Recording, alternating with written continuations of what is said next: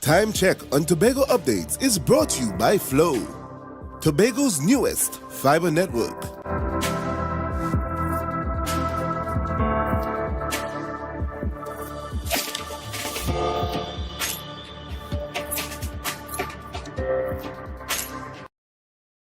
This Christmas, speed is on us. Get up to 300 megabits per second of speed with our new Link Up Plus plan. Enjoy more speed, more channels, and free streaming for less. Plus, introducing Link Up More with up to 1 gig download speed. Download, stream, video call, share memes, and more. Get free installation when you sign up in-store or online today at discoverflow.co.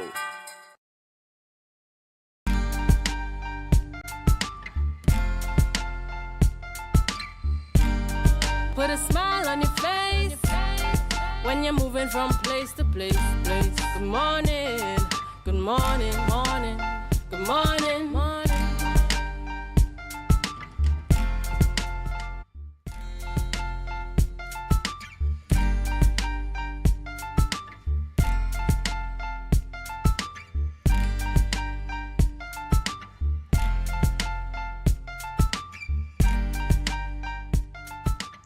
Good morning and welcome to the morning show on Tobago Updates Television. This is the day that the Lord has made and we will rejoice and be glad in it.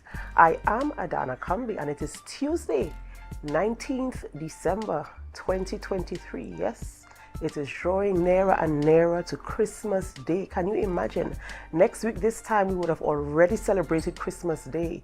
What are you doing? What are your preparations like? What does your home look like? What does your kitchen smell like? Is there paint, fresh paint on your walls? What is happening in your neck of the woods? Don't forget to share with us your Christmas customs and traditions and your preparations as we lead up into Christmas this year. Yes, it's a festive time, festive season. Across the globe, everybody is celebrating Christmas time where they share love and laughter and good cheer. And of course, as you continue to stay with us, we're going to be talking about Christmas right throughout the entire season. But before we continue with those types of conversations, we're going to head on over to the news in 90 seconds, sponsored by B-Mobile. Thank you, Adana.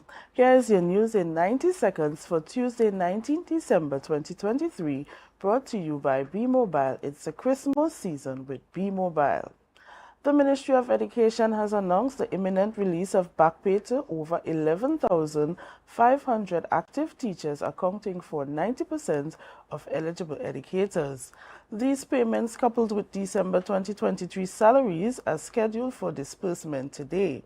The ministry says this showcases the government's commitment to timely compensation. The remaining 10% will receive their dues by December 31st, while retired teachers await subsequent processing. The Ministry of Public Administration has announced the implementation of a dress code policy for government offices from January 15, 2024. In a press release, it is noted Cabinet gave approval for following extensive research, ensuring a standardized dress code aligned with principles of fairness, decency, cultural diversity, and safety. The policy addresses feedback from the public, including denial of service and inconsistent dress code policies. The policy applies to all clients and visitors to Trinidad and Tobago's government offices, excluding specific non-office locations such as schools, police stations, hospitals, and courts. This change in the national dress code policy comes 2 years after a similar policy was implemented at all offices of the Tobago House of Assembly. And finally, the Trinidad and Tobago Police Service, the TTPS, has joined the ongoing investigations into the activities of the Get GXL in the country. Initiated by the Securities and Exchange Commission, TTSEC, last week, the inquiry responds to complaints circulating on social media and anonymous submissions. The TTSEC confirmed police involvement increasing allegations of large-scale fraud by suspected prohibited scheme operators. The public is urged to share information and is reminded that the pyramid schemes are illegal. Victims are encouraged to file through various channels, including the TTSEC's website, mobile app, or in person at their offices with the necessary supporting documents. And that was your news in 90 seconds, brought to you by B-Mobile. It's a Christmas season with B-Mobile. News in 90 seconds was brought to you by B-Mobile. It's a Christmas season with B-Mobile. This Christmas we celebrating, cause B-Mobile they coming with rating. So brace yourself for plenty prices, cause this season will be the nice.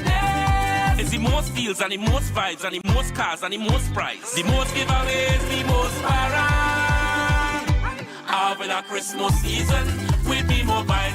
I want a Christmas season with B-Mobile. Bring the sorrow, let me toast to a Merry Christmas. Having a Christmas season with B-Mobile. Top up, buy a plan, sign up, or pay your bills to enjoy the best Tobago Christmas. B-Mobile. Life is on. Welcome back to the morning show, guys, on Tobago Updates Television. As I said, it's Tuesday, 19th December, drawing closer and closer to Christmas.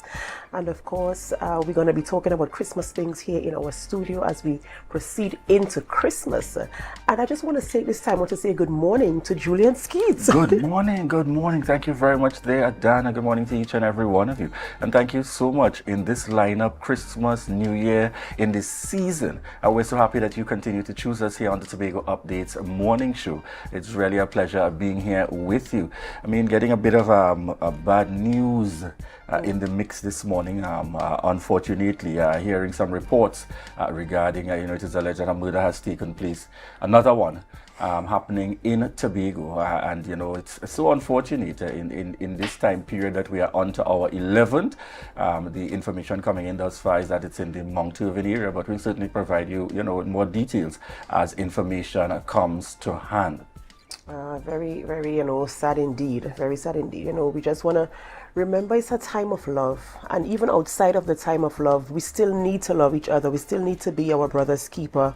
And so we're just asking you to be safe around this season and, look out for each other.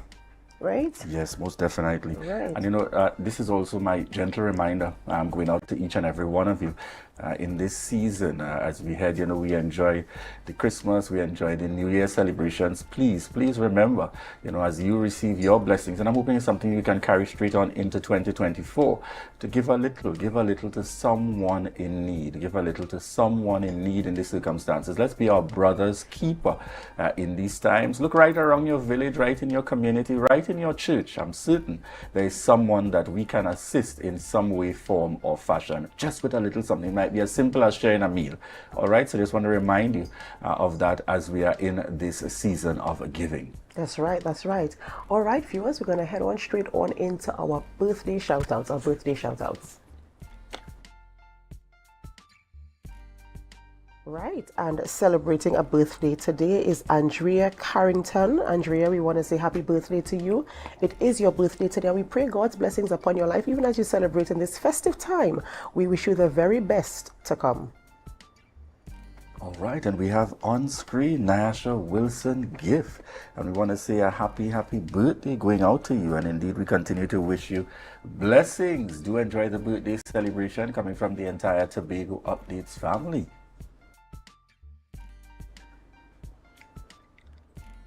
Yes, viewers, and as we come out of birthdays and head straight on into our rundown for this morning. Adana, who do we have on with us this morning? Right, this morning we will be speaking with Rajiv Dipti, and he is the president of Supermarkets Association of Trinidad and Tobago. We're talking about high supermarket prices at Christmas.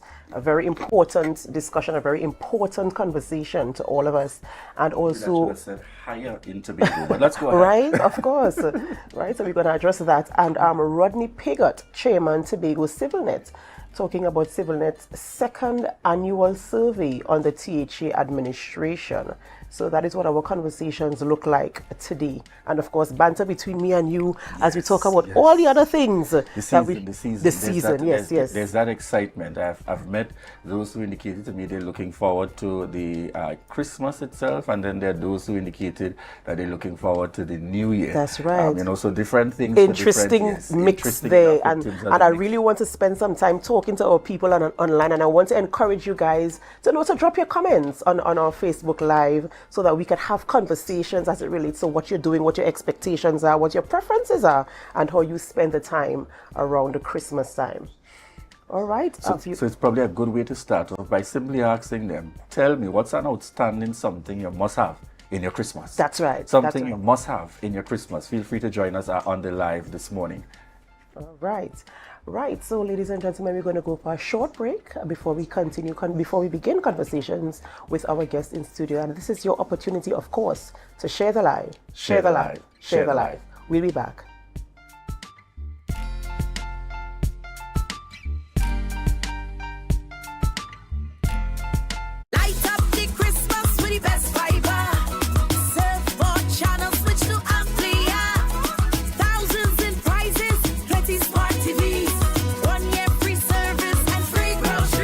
Suffering with Amplia.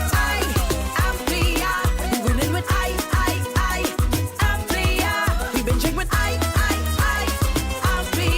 We winning with Amplia. Sign up now for 50% off plus a chance to win over $100,000 in prizes. Call 800-4663. Trinbagonians abroad support the homeland in diverse ways. Watch exemplars of patriotism and gain insights into the giving back as practiced by the TT diaspora in Tobago, spanning the period 1960s to early 2000. Produced and directed by Dr. Andre Phillips, this groundbreaking documentary is a credit to the feel-good psyche at Christmas and beyond. Rotisserie, mouth-watering fries, salads, combos, and specials galore. Feeling for something to eat? Come and see. Our rotisserie is seasoned to the T. Kicking chicken, masala, and jerk roast. Crispy fries made from scratch. Who do you know can't beat that? Or salads freshly cut and packed. When you taste it, you'll be wanting to come back. So come check us out on number 2 Robinson Street, Uptown Scarborough, Tobago. We open on Saturday nights from 7:30 to 11:30 p.m. Monday to Thursday, we're open from 10 a.m. to 9:30 p.m. and on Friday, 10 a.m. to 4:30 p.m. Contact us at 772-7443 and all social media handles at The Rotisserie Factory. Everybody only worrying. Never ever worry. Don't mind how things looking hard. I tell them never ever worry. If your nice car get damaged bad, I tell them never ever worry. What I'm saying is true. So just consider Tatil is always right here for you. Never ever worry if sickness catch you off guard. I tell them never ever worry if times fall on you real hard. I tell them never ever worry. What I'm saying is true. So just consider Tatil will always be here for you. Never worry about a thing. Tatil, where people are people. You know what I mean.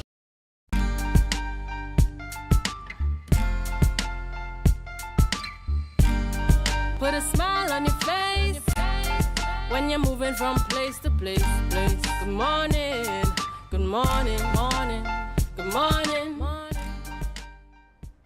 Good morning, viewers, and welcome back to the Tobago Updates morning show, coming to you here live from the Port Mall in Scarborough, Tobago. I'm Julian Skeet, and as we continue this morning, we head into discussions as we speak with Rajiv Dipti, President of the Supermarket Association of Trinidad and Tobago, and we're speaking high supermarket prices at Christmas.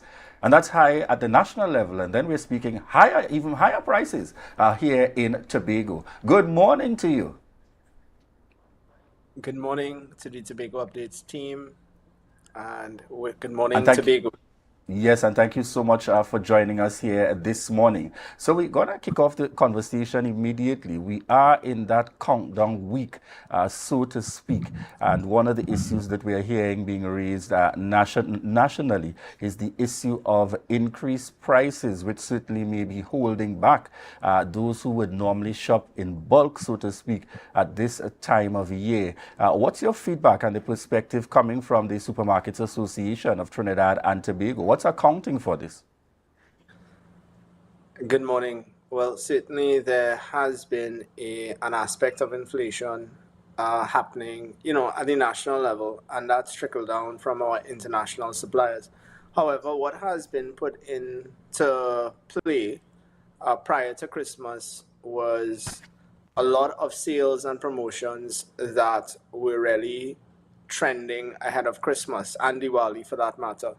And a lot of our suppliers worked closely with stores to ensure that there would be lots of deals and specials available to customers heading into Christmas. In fact, one of what we're seeing right now in the market is that a lot of customers, the overall spending on the deals and promotions for the Christmas period has been the highest in nearly 2 years. So we're seeing a lot of customers trending towards those specials. They are definitely shopping around for those in particular. What we tend to notice around this season is that customers tend to, you see that the spending has been kind of held back, with pay coming, with the government pay coming in today or tomorrow, I believe, and you're definitely seeing the rush in the stores now. But there's still an aspect of restraint by customers, and it's fairly macroeconomic. I mean, you have the property tax coming into play on January 1st. There's talk of increased utility rates in 2024, and there's a lot of uncertainty when it comes to people, spending in general. That's the world of retail right now. And it's not just the supermarkets that are experiencing this, it is the sector at large. However, what we're seeing right now is customers are really, they're pushing to make it a really Christmas experience for their families and households, and that's what we're seeing in the stores right now. We're talking about, you mentioned shopping around, which of course you want to shop around to ensure you get the best deals. But I'm wondering, is there not a standard where prices have to remain at a certain level? Because you can go in one area and get the same product for a completely different price when you go in a different area. Is there something that causes that shift in the price range? For instance, especially in the Tobago scenario, prices are significantly higher in Tobago. And in some areas in Trinidad, when you go in different areas, the prices vary for the very same product. Can you speak to that? Certainly. So what I can explain, particularly where prices tend to differ from supermarket to supermarket across the country, is that there's a fierce, retailers are constantly battling it out for the dollar in the consumer's wallet. And how they achieve this is through bulk buying and volume discounts. So the bigger chain stores, for example, are able to buy, let's say, 1,000 cases of or a lot more, and they're able to offer bulk discounts at much lower prices than some of these smaller stores who are not able to achieve these volumes. So it's something that the industry is dictated by these types of trends, and they really work to the benefit of the customers and the consumers that come through the doors. And that's how these deals and promotions are able to be offered. You will have retailers working closely with some distributors and suppliers to offer these discounts back to the consuming public. With respect to what we tend to see in Tobago, I've had this conversation with distributors in particular because they are the ones whose warehouses in Tobago, of course, they've pointed to the anomaly with the transport paradigm from Trinidad. However, they are suggesting to me that prices in Tobago should be on parity with Trinidad. However, just like this morning, that's not what I'm hearing. So I think it's something that we have to look into a little bit further. All right. I want you to tell us as well about the role of the supermarket association when it comes to far and wide treating with particularly price reductions. We see no challenges with supermarkets coming together when there are price increases to ensure that certain areas go up. For example, if particular items, depending on where they are coming from, the stock and so on, some increase immediately, some increase down the road. Tell us the role of the supermarket association in ensuring the reverse as well. When we potentially see reductions, we don't tend to see it across the board in supermarkets in the manner in which we will see the immediate move of prices. For example, if an increase in gas is announced now, we will see change in prices, and the chain effect will lead to higher prices on the shelves because of delivery, etc. But when we see reduction, sometimes we only see those benefits coming from fewer entities. What kind of role can the supermarket association play in a scenario like this?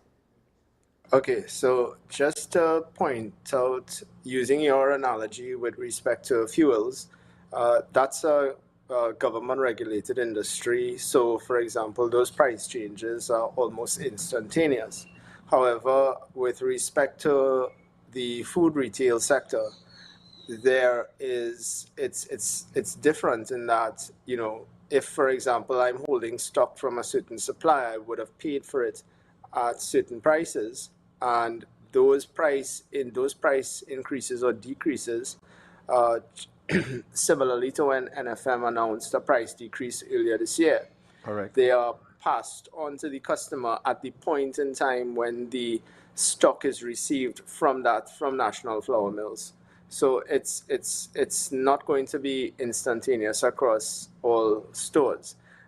With respect to what you tend to see with some of the supermarkets, again, it's a very peculiar operation. Each supermarket has a certain cost of operation, so they tend to there's no hard and fast rule of thumb for dictating the margins in store. However, you really have to keep in mind that the competition across Trinidad and Tobago is uniquely fierce in that there are so many supermarkets, mini-marts, warehouse membership retailers that are competing for the consumer's dollar. So no retailer can really set prices outside of a certain standard. So there is standardization, and this is something particularly where consumers seek redress. I've seen the Consumer Affairs Division outlining the certain steps to ensure that prices are at an accessible level for the consumers, and to be fair to the supermarkets as well, they also want the prices to be accessible to the customers. So what we tend to do is to put pressure back on the suppliers, because remember, supermarkets aren't importers of goods. We are at the end of a value chain where we're purchasing the goods from local suppliers and distributors. For example, you have local suppliers and distributors, manufacturers such as Vemco, Nestle. You've got lots of distributors who supply the products to the supermarkets. Now, they have to ensure that they are fetching the best prices available for the public, and they offer those prices back to the supermarkets. And it's the supermarkets now that have to make sure, or to ensure, that prices are competitive enough to attract the customers, because in the world of fast-moving consumer goods, nobody wants goods to sit on their shelves, customer store, and get it. So it's for us, it's a paradigm where we really want to ensure that the goods move, that the public has accessible pricing, and that we put pressure back on suppliers to say, hey, look, these price points are outside of what the customer is going to want. So it either comes off the shelf, or we find product substitution, or we find a way to make sure that we can offer it at lower prices. Right, so essentially there isn't really a standard regulation in terms of how much you can mark up your prices in terms of your retail. Benefit of the public, because there are so many supermarkets, and I mean, look, you have the largest chain in the country, Massey Stores. You've got very competitive household stores, Extra Foods, besides the Food King, you've got lots, you've got many. And those many options are what in a capitalist market or in a they ensure that the prices available to the public are some of the best. And you constantly see this on social media, for example, where people have their preferred retailers of choice. And this is something that where we see, particularly around now, you're seeing a lot of really phenomenal specials and promotions that where customers are chasing certain products. And that's really what drives the industry. All right, excellent. For the benefit of our viewers and listeners, you mentioned a little while ago, speaking specifically to the consumer, division, and that's in relation to complaints also. Just so that persons understand the distinction, just tell us very briefly, how would you describe as the major role and responsibility of the Supermarkets Association of Trinidad and Tobago, so people make that distinction between the two entities, and what's your current membership like in terms of representation? So the Supermarket Association of Trinidad and Tobago works very closely with entities such as the Ministry of Trade and Industry, of which the Consumer Affairs Division is a statutory body within that. And we work to ensure that standards, that the constant collaboration between all these stakeholders really they tend to achieve the outcomes of offering the best products, the best prices, and there's also aspects that we don't often talk about: offering clean and sanitary environments, making sure that back stores and warehouses are up to scratch, that the technology in store is of a certain nature so that accounting and accountability can be achieved. Basically, we at the Supermarket Association really work to achieve better outcomes, typically in the interest of the customers as well as the retailers, to ensure the highest efficiency of operations. The membership of the Supermarket Association comprises some of the most common household names in the country. You've got all your major supermarkets under the umbrella of the Supermarket Association. We're also heavily involved in charities and benefits, and we work very closely. Just for example, in December, I'm coordinating several charities at the moment. We tend to do relief where necessary, but primarily what we do is we work in the interest of retailers to achieve the best outcomes for the customers while ensuring that there's constant dialogue, collaboration with key stakeholders such as Consumer Affairs Division, the Ministry of Trade and Industry, Health, OSH, amongst so many more. And you hit the nail on the head. My follow-up question had to do specifically with that. Through my involvement with Road Free, and that's one of the areas I'd really like you to highlight, so people recognize that beyond just supermarkets making an income, there is also that level of participation in relation to charitable work. So kudos and commendations in that regard, most definitely. Thank you so much. I appreciate that. In terms of, you said earlier that this is the highest in the past 2 years in terms of customers participating in deals and sales around this time. And we're also talking about salaries coming in today or tomorrow. How can you measure in terms of customer purchases or involvement in supermarket shopping for this period in relation to last year? What is it like? I know you said the deals and the discounts and whatever is high, but in terms of your regular shopping, what percentage of shopping have you been able to measure thus far? Have you been able to do that? So just keeping in mind that what has come out of the pandemic since that concluded is that you've had a more discerning customer coming into the supermarket. They are the reason that the deals and the specials are so proliferated is because consumers are demanding them. Consumers, not just in Trinidad and Tobago, but consumers worldwide are definitely looking to achieve the best value for their dollar. So while they're chasing that, we've also seen, and that really covers, for example, different categories: sparkling wines, hams, biscuits, confectionery, chocolates, the stuff that we really, households really enjoy around Christmas, and everything else that they need to fill their pantries so that they can make all their favorite foods on for the season. Now, with respect to regular shopping, that has been something where that has, in my opinion, remained flat. And it's remained flat for not just prices, but you've also had a general cost of living increased. I mean, let's keep in mind that we've had increases in the cost of living brought about by. Um, uh, we have to bear in mind that it's not just supermarket prices that have seen increases, but across many sectors we have seen increases, and where we consider that the cost of living may go up based on certain um, increases in property tax, in utilities, things like that next year, it creates an environment of uncertainty. And where you have this element is where customers are going to say, okay, I'm going to hold my hand and, really just buy what I need. And it's been that kind of culture when you see that the regular shoppers are just shopping for the basics and they are sticking to that. Of course, you have some customers who are intensely brand loyal and will buy and will purchase, but for the most part, there's been flat sales for the period.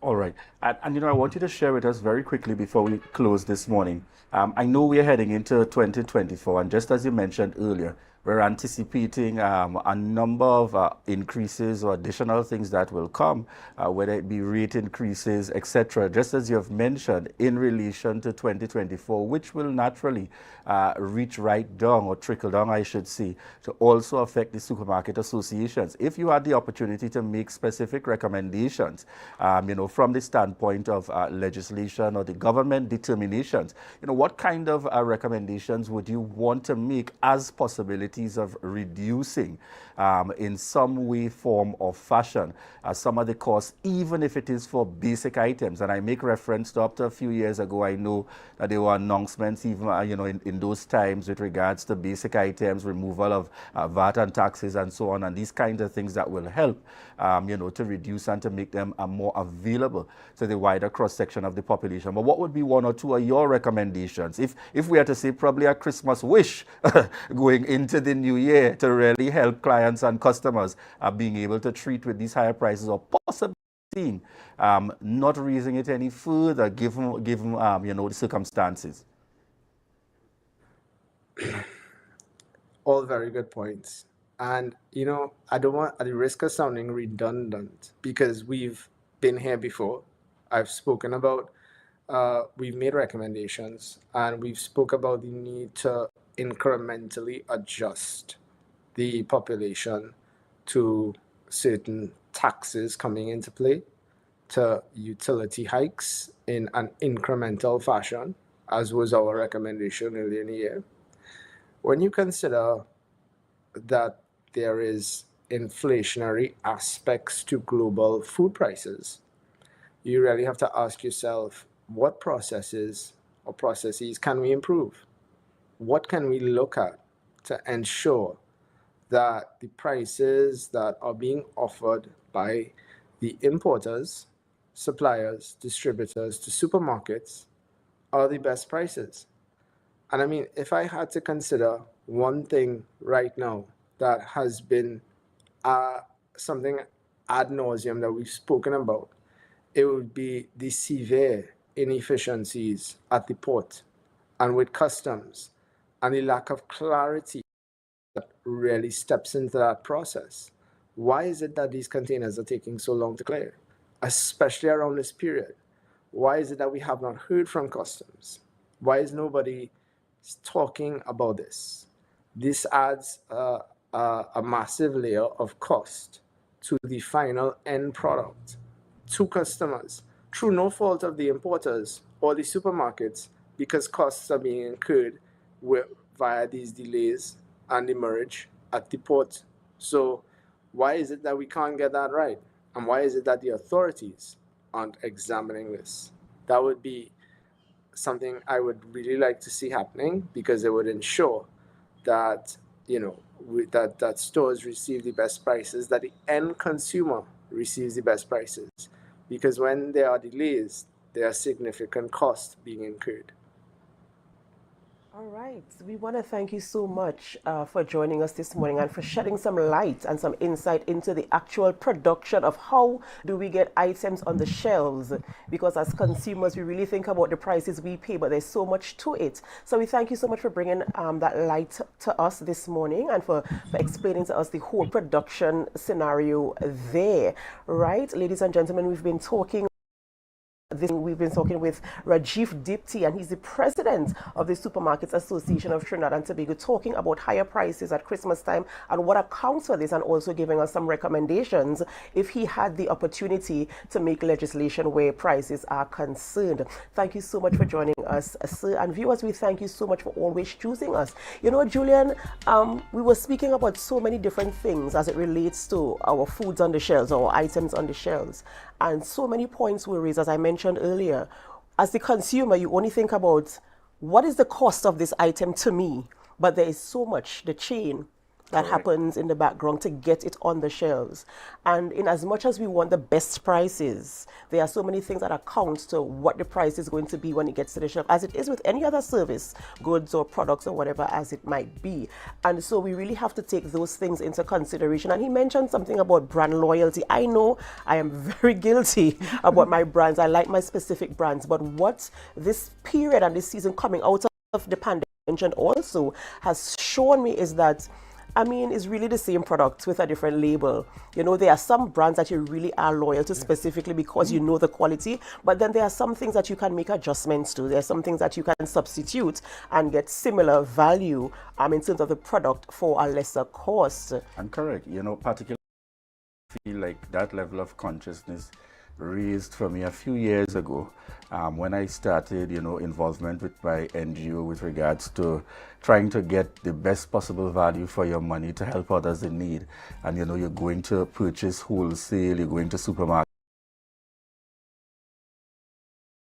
And then it occurred to me, you know, when supermarkets and others are helping you and they say, well, you know, if you want to be able to assist more persons, this is, your dollar could go a little further if you take this generic versus, you know what I mean, in terms of particular areas. And, you know, I smile because it really took me back, because the same thing with me prior to that experience focused on the same kind of brand loyalty. That's right. You know, and therefore I got wised up almost immediately a few years ago, because I'm saying if I can get value for my dollar to help others in need, I can do the same for thing myself, within my very own home, within my very own home. So you know, it's something that we ought to be very conscious of and really try to make the best use of what is available in the circumstances, and knowing very well we all want to get that value, or in fact extended value for the dollar that we've worked for in the circumstances. And in this season it's no different. And so we just want to remind you,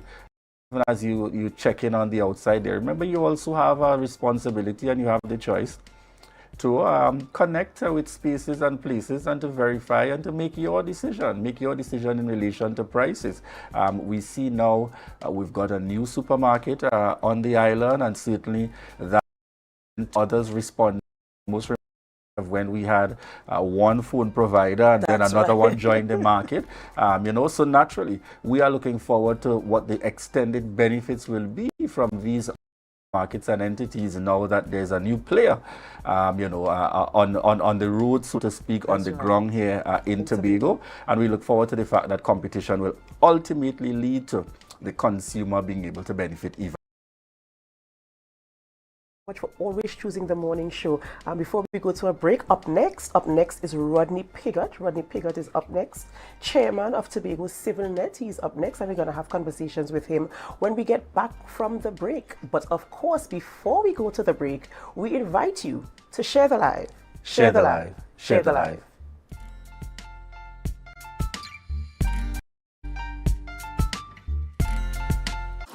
Hey, hello guys, welcome. Come have a seat. Oh, this is so stylish and love the fabric. Darlings, you must tell us where you got your new furnishings. We got them locally at Standard. They've got new chic European furniture, crafted from high quality material. Oh, Standard? No, their brand new Hive collection. Experience luxurious European furniture at a price you will love. The Hive Collection, now exclusively available at Standard. At JK Tech, we bring technology to your doorstep. From cutting-edge laptops to reliable printers, we've got it all. Nationwide delivery and a new website for easy online ordering. JK Tech is your one-stop shop for your electronics and computer needs, carrying top brands such as Acer, Samsung, HP, and much more. Follow us on Facebook and Instagram at JKTechTT or visit jktechtt.com. Quality tech is just a click away. JK Tech. Evaluate your shopping experience, your tech, your way. Call or WhatsApp 383-2651. Shop smart, shop JK Tech. Tobago Glass Supplies has been a leading name for over 37 years in the glass and aluminum market in Tobago. We provide an extensive range of high-quality, innovative aluminum and glass products for commercial and residential use. Competitive prices with superior and professional services by committed employees who are guided by rigid quality standards. Tobago Glass Supplies specializes in the manufacture and installation of glass and aluminum products that are essential to today's homeowners and the business environment. We are engaged in marketing, sales, and installation of a variety of products. These ranges from windows and doors to necessities such as mirrors for homes and vehicles, designed and manufactured in-house or imported.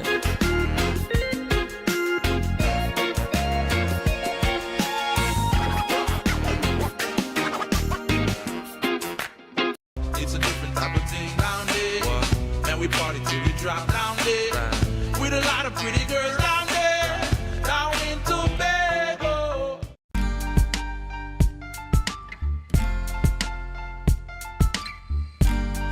Put a smile on your face when you're moving from place to place. Good morning. Good morning, viewers. We're just at about 7:35 a.m. and welcome back to the Tobago Updates morning show, coming to you here live from the Port Mall in Scarborough, Tobago. I'm Julian Skeet with you here this morning, and we're heading on in to our next interview with Rodney Piggott, chairman of the Tobago Civil Net. And I know commonplace we hear Tobago Civil Net, and actually it's the Tobago commonly known as CivilNet. Good morning to you and welcome. Good morning, Julian. All right. So as we get the conversation started this morning, before we dive on into this second annual survey, I'd really like you to just, provide us for the benefit of those viewers and listeners. We may have some tuned in for the first time. In fact, I see this morning we have on with us Big Brother. Good morning, beautiful people. Love from Lagos, Nigeria. So for the benefit of those viewing far and wide, just tell us a little bit in terms of a summary. Who is the Tobago CivilNet organization? CivilNet, Julian, is your proverbial homegrown, grassroots civil society organization. And I say all that to say this, that it started around the living room table of one Mr. Reginald Phillips. This was back in 2017. We weren't CivilNet then, we were just an ad hoc. A group of us came together and decided, look, let's come together regularly and talk about Tobago matters and how we, as the ordinary citizens, the man on the ground, the grassroots, can literally help in furthering Tobago's ambitions. And that's how we started. Gathered around the table with the likes of Elder Reginald Dumas, Vanish James, part of that, Reginald Phillips, Mervyn O'Neill, myself, and Winston Dillon. Right? Winston, he was there, yeah, he was there with us also. And we would gather there every week and just talk about Tobago matters. This was back in 2017. At one point, we brought Dr. Ralph Gonzalez here. We weren't yet an organization, and we brought him here. I believe that was like around 2018, 2019 or so. We got very much involved in the autonomy talks back in, I believe, 2018 or so. And then when 2020 came, it put a halt to our physical gatherings because the pandemic took place. And at that point, I had already begun to bring in some young blood because it was all elders. I was the youngest person in that gathering, right? And so we decided, look, let's start bringing in some young blood, because if this thing is to continue, we need to be able to pass the baton to the younger generations and so forth. And some younger people came in, Ryan Allard, Xavier Edwards and so forth, Hannah Alfred came in, Sean came in, Sean Bigot Hutchison came in and started being part of that gathering. And then back in 2020, when we could no longer gather physically, that's when the young people took over and said, well, we don't have to stop, we could do this virtual. And then the virtual took off from there. The Zoom meetings and so forth took off from there. We would gather. We prosecuted the Get 2020, where we brought all the parties together to face the people. So that began now our signature way of dealing with these political campaigns, is to not just have the parties separate talking to the people from their podium, their bully pulpit, but literally to bring them together to face the people as one. And so we started that. We did that very successfully for the Get 2020. And then, of course, the THA 2021 rolled right behind that in January. And we did the same sort of progress with that, where we brought the parties together. Of course, one party decided that they didn't want to be a part of it, but the other parties did, and we were very successful with that. We capped that off with a chat with the chief, sort of mirroring the presidential debates they had, but it wasn't a debate, it was more of a conversation with the chief. And then, of course, we got involved with the 6-6 impasse, pressing for that to be settled and so forth and so forth. Got right back involved with the autonomy drive again that came out in 2021, and then dovetailed into THA 2021 in December. And of course, coming out of that now, so that people don't think that we're a political organization, our ambition, of course, is to deal with matters, or what we call areas of people activity, all areas of people activity in Tobago, where politics is simply one of those areas. But during that time, it was the most central thing taking place in the island. And to some degree, it still is. It still has that position as this is the only thing going on in Tobago, Trinidad and Tobago, is politics. But it isn't. And so we got involved with the education. We formed the education committee, and we have now formed a health committee, Holistic Health Awareness Tobago Committee, where we're now looking to prosecute those matters in terms of moving into all areas of people activity. On our agenda, we have, looking forward in January, we have looking at a civil society crime summit that we're planning now, in the throes of planning that.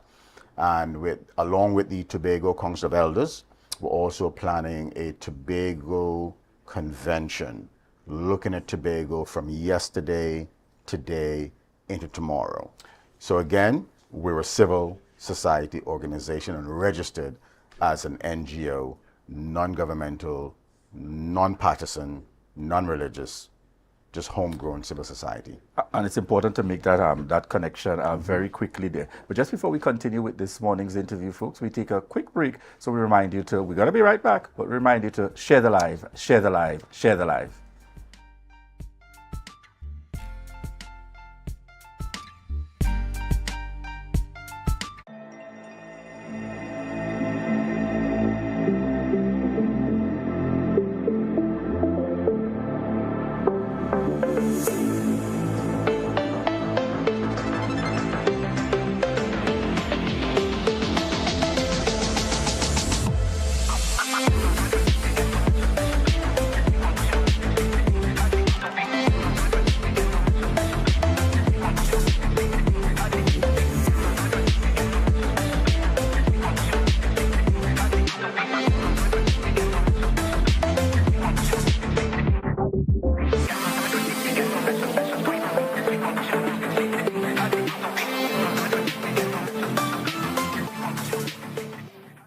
The Division of Settlements, Public Utilities and Rural Development has relocated its Crown Point office to Glen Road in Scarborough to better serve you, our clients. Our main office is located at the corner of Glen Road and Glen Road Branch Number 1, the building formerly occupied by Coastal. Our grant and electrical inspectorate services can be accessed at Number 2 Montessori Drive in Glen Road, Building 1 and 2.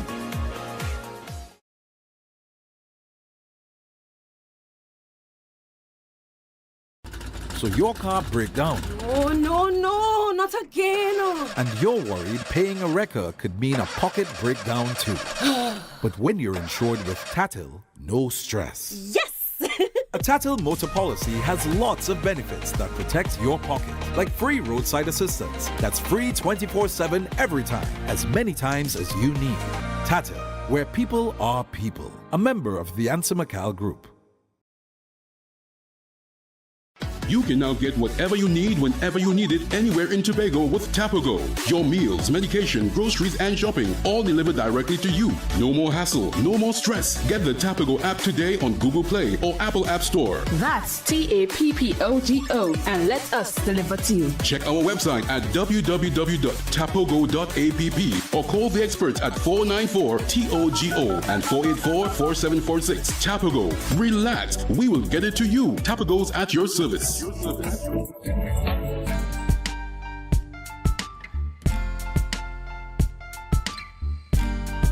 a smile on your face when you're moving from place to place. Good morning, good morning. Good morning, viewers, and welcome back to the Tobago Updates morning show, coming to you here live from the Port Mall in Scarborough, Tobago. I'm Julian Skeet, and we continue the conversation this morning with Rodney Piggott, chairman of the Tobago Civil Net. And we just started the conversation where we spoke very broadly in terms of establishing, and for the benefit of those tuned in, who is the Tobago Civil Net. We want to dive right on in. We are seeing the execution of this second annual survey, and this would have started last year, looking at a capture and so on. So we want to start off by getting a sense from you. What are some of the changes or the improvements that have come along with this second annual survey based on your experiences coming out of the first? Excellent question. One of the changes is last year we captioned it as a poll. And it's not a poll, it's actually a survey, learning the difference between a poll and a survey. So this year it's a survey. We also got rid of the word citizens, since we're dealing with the Tobago sphere. According to our elder, he's an ambassador. He knows all about these things. He denoted that a citizen belongs to the nation of Trinidad and Tobago. So you're a citizen of Trinidad and Tobago. You'll be a resident in Trinidad or a resident in Tobago, but you can't be a citizen of Trinidad. And you can't be a citizen of Tobago. You have to be a citizen of Trinidad and Tobago. So we got rid of the word citizen and put in Tobago resident in there. We also broadened the divisions. Last year, I think we focused on about 4 or 5 divisions. Those are the hot button divisions, so to speak, the ones that are constantly in the news and on the front pages and so forth. And so this year we decided to provide all of the divisions for persons to give their opinions and perceptions on and so forth. So those are the major changes in this one. What we really did was repeat a lot of the questions from last year.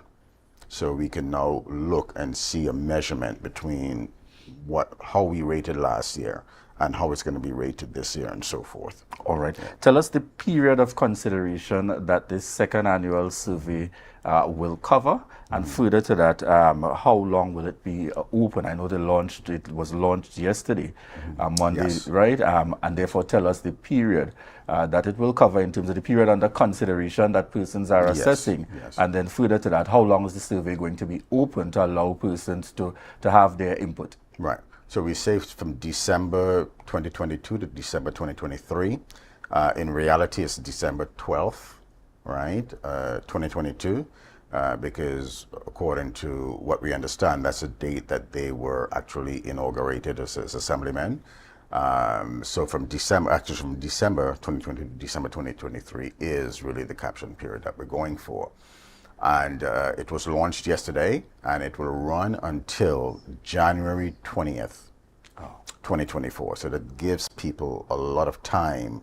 We're in the holiday season now. People are not going to be focused on any surveys or anything of that nature. Very few people probably will be. And then going into the new year, you have your New Year celebrations for that first week. So this gives persons a lot of time to really interact with the. And just tell us a little bit, how can persons access the survey this time around? Very good. We have, well, last year we did online, right? So we're strictly online last year. This year, we decided to also have paper surveys available. So we printed a number of paper surveys. So persons can, one, go online. They can go to the Tobago CivilNet Facebook page, where they will see the link to the survey itself. They can call me, myself, at 323-1958 and request a paper survey. This is for persons who don't have access to online, or they can simply send an email to tobagocivilnet@gmail.com and request a paper survey. We're also encouraging persons who have library cards, for instance, go to the library and use the computer at the library to get online if you don't have the device yourself. I don't know about the community centers, whether or not they have computer services at the community centers. If they do, that will also be a good place for persons who don't have their in-home computer service. They can go into those places and use the online service. So there's a variety of ways now that people have, more than just that one way we stipulated last year, that they could actually get involved with this survey. All right. And just to add there very quickly, through youth development centers, as you mentioned, spaces where there is access, and also 211. And these are spaces, I know 211 has IT sites and spaces around the island. So good avenues for persons that's open to the public. These entities have access to the public, and certainly you can also utilize those as avenues when you go to get your regular services from these entities. Once they're open, to make sure and just use the link and log on to get yourself connected. So as you mentioned, we've got the library that has access for persons. We've got youth development, community development spaces, and we've also got through 211. There's spaces out there where persons are able to have wide access. They are not agents of the Tobago CivilNet, but we're simply mentioning these entities in Tobago as spaces where you can go and seek to access internet services, as far as I am aware, at no cost, no additional cost to the Tobago resident. So what we want to just go into a little further very quickly, because we don't have too much time this morning. What are you hoping ultimately to achieve out of this second survey, different from what took place in terms of the first? What's your overall hope and objective? Well, for one, I would like to see more youth involved. We've noticed a trend where when it comes to these, with surveys, pretty much, we don't get a lot of youth involvement in them. And a lot of these things, quite frankly, Julian, is done for the youth. They're the ones coming up behind. They're the ones that are going to be building on whatever foundation is laid down now. And this survey is really simply a tool for civil society to use to really speak back to the persons that they elected, nominated to go into office, and give them their opinions, perceptions on how I think you're doing in there on a year-to-year basis, right? It's not a scientific survey. It's really an opinion perception. So we really want the youth to get involved in a mass way and share their opinions and perceptions on what they think or how they feel about the performance of their THA elected officials. And this will encourage the youth to actually take a more day-to-day stance in the society, as opposed to reactionary, waiting for something to happen and then, what happened to the youth? Why didn't you give this to the youth? Why didn't you get the youth involved? Well, we need the youth to actually step up and take the reins, if you will. Excellent. And so this is what this provides. Excellent. We want to say thank you very much again, Rodney Pigger, Chairman of the Tobago Civil Net, for joining us here in studio this morning on the Tobago Updates morning show. And viewers, we want to remind you, the mass of you on, please get things started. Get things started. We've got a responsibility to ensure we put our voices there, we make that connection, and we hold those who sit in office responsible. And certainly this is one of the avenues by which you have the opportunity to provide feedback. So I'm calling on the 100 plus that's on at the moment. I want to ask each and every one of you, by the time we wrap here this morning, you could take a quick break when we are heading out and certainly head on over to the Tobago Civil Net. On Facebook, it's Tobago Civil Net. And there's the link there that's ready for you now that you can feel free to utilize. Click on the link and have your voice added, have your opinion added. So certainly when we get the overall assessment come January, which I know Ronnie Piggott will be back with us to have discussions on, we'll certainly begin to get that wider cross-section and that wider perspective in terms of how we view things. And, it's a plus for the simple fact that it gives you the avenue to have that input beyond just outside of the 4-year period in the case of the THC and the 5-year period in the case of the governance of Trinidad and Tobago. So once again, we want to say thank you very much. And viewers, we want to thank you for connecting with us here on the Tobago Updates morning show. We're going to leave it here for this morning as we continue to enjoy this season. Christmas time, New Year time, all excitement in the spirit of the season. And we want to remind you, continue to be safe on the outside there. Stay connected because we're heading on over to Tobago Notes, then followed by GMT. But we want to say thank you very much for tuning in and connecting with us here for the Tobago Updates morning show. And as such, we say bye-bye for now. And remember to share the live, share the live, share the live.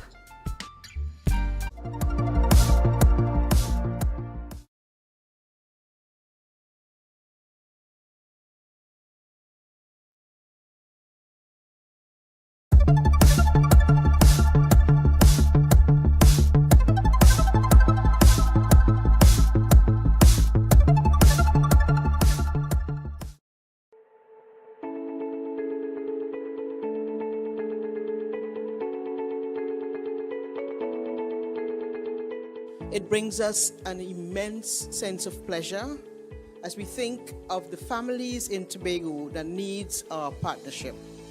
It's really not about us. It's about helping the families on the screen who they visited only yesterday.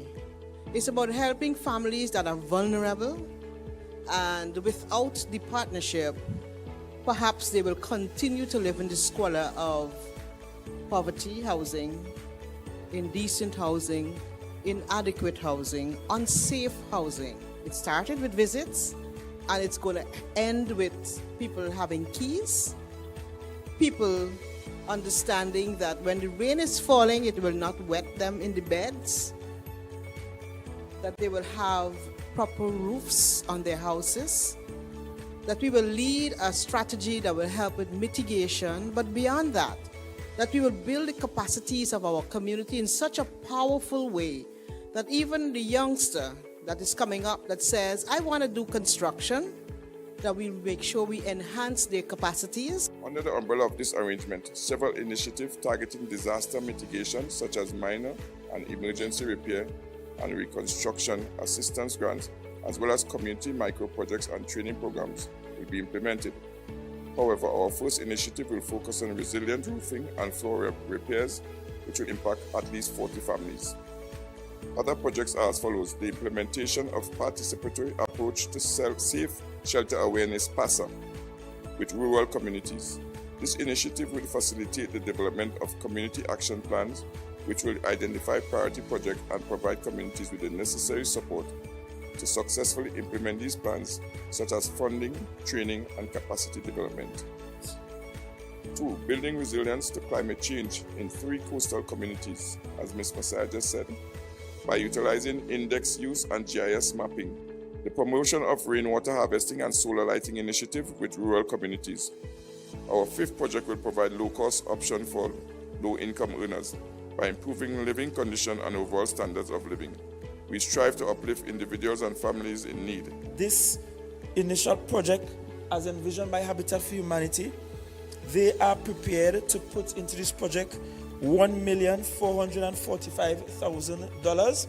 I thought the director would have given the money, but $1.4 million from Habitat for Humanity for this program.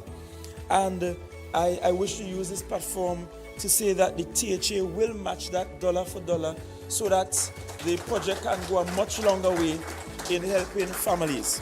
For the Home Ownership Made Equal program, the allocation in the budget was $3 million, and we are intent on taking it to $5 million. So it is more than what was allocated in the budget. I know you're hoping it could be 20 million, but as funds are available, we will see how much we can do. A home is not just a house. A home provides stability. A home provides security. A home provides a place where children can do homework safely at night. A home provides a learning environment where there isn't chaos, where you're not competing with the elements outside.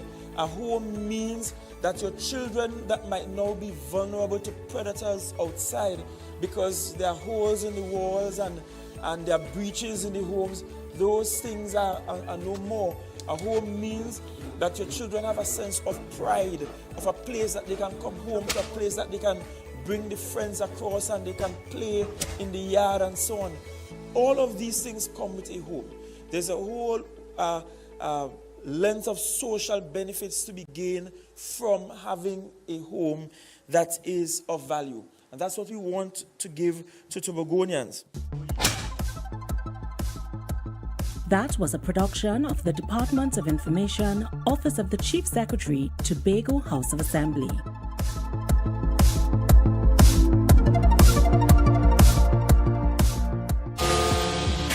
Time check on Tobago Updates is brought to you by Flow, Tobago's newest fiber network.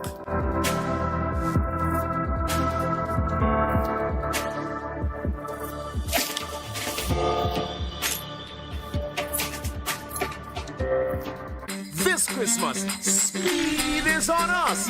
Get up to 300 megabits per second of speed with our new Link Up Plus plan. Enjoy more speed, more channels, and free streaming for less. Plus, introducing Link Up More with up to 1 gig download speed. Download, stream, video calls, share memes, and more. Get free installation when you sign up in-store or online today at discoverflow.co.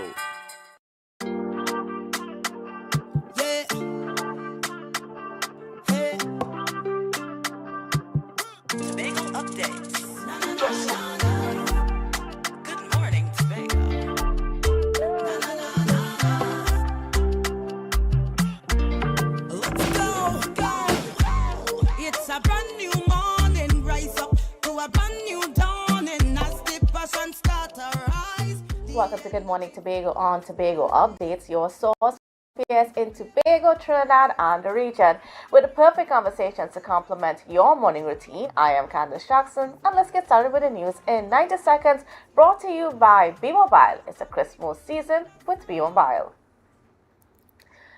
And the Ministry of Education has announced the imminent release of back pay to cover 11,500 active teachers, accounting for 90% of eligible educators. These payments, coupled with December 2023 salaries, are scheduled for disbursement today. The ministry says this showcases the government's commitment to timely compensation. The remaining 10% will receive their dues by December 31st, while retired teachers await subsequent processing. Up next, the Ministry of Public Administration has announced the implementation of a dress code policy for government offices from January 15, 2024. In a press release, it noted Cabinet gave approval following extensive research, ensuring a standardized dress code aligned with principles of fairness, decency, cultural diversity, and safety. The policy addresses public feedback, including denial of service and inconsistent dress code policies. The policy applies to all clients and visitors to Trinidad and Tobago's government offices, excluding non-office locations such as schools, police stations, hospitals, and courts. This change comes 2 years after a similar policy was implemented at all offices of the Tobago House of Assembly. And finally, the Trinidad and Tobago Police Service has joined the ongoing investigation into activities of Get GXL in the country. Initiated by the Securities and Exchange Commission, TTSEC, last week, the inquiry responds to complaints circulating on social media and anonymous submissions. The TTSEC confirmed police involvement due to increased allegations of large-scale fraud by the suspected prohibited scheme operators. The public is urged to share information and is reminded that pyramid schemes are illegal. Victims are encouraged to file complaints through various channels, including the TTSEC's website, mobile app, or in person at their offices, and with the supporting documents.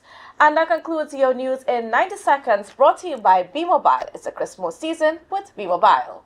News in 90 seconds was brought to you by B-Mobile.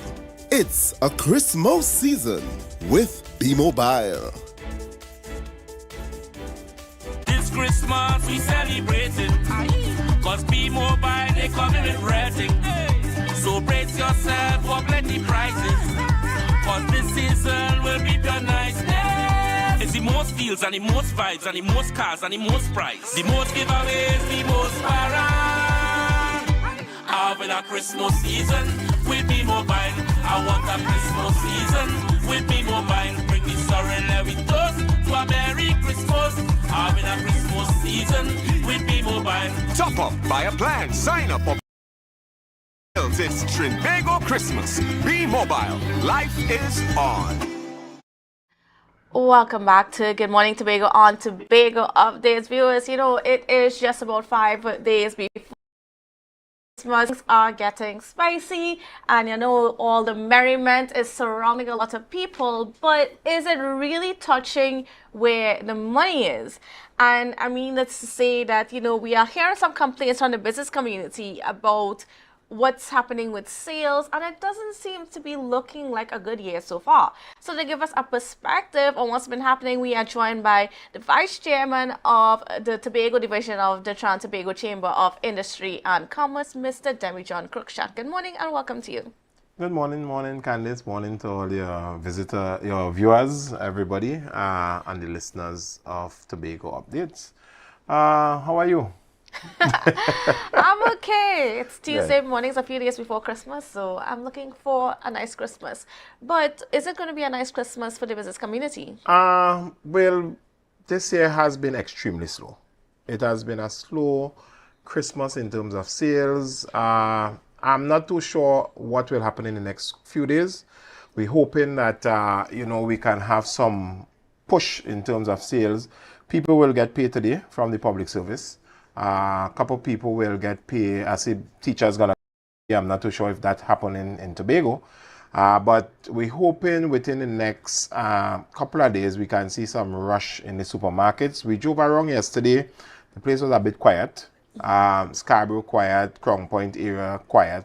So we're hoping from today, kicking into Friday, Saturday, we can see the normal Christmas rush that we think. I just spoke to one of the a business owner who normally has they cater for Christmas, and she said, you know, it's still slow, and she's hopeful that things will pick up. So we can be optimistic and we can be hopeful. At the end of the day, we have to move on. We have to go beyond COVID. We have to go beyond what is happening now, and we have to go back to pre-COVID numbers in terms of business and what will happen. So we are very optimistic as to what will happen. Well, is it that we want to go back to pre-COVID numbers or pre-Seabridge fiasco numbers? Well, the Seabridge issue will solve. I can tell the Tobago public now because I'm on a committee dealing with the Seabridge. That situation will come to an end very shortly, within the next 2 months or so. The 2 fast ferries that we have operating will be serviced. The T&T Spirit will return to service just now.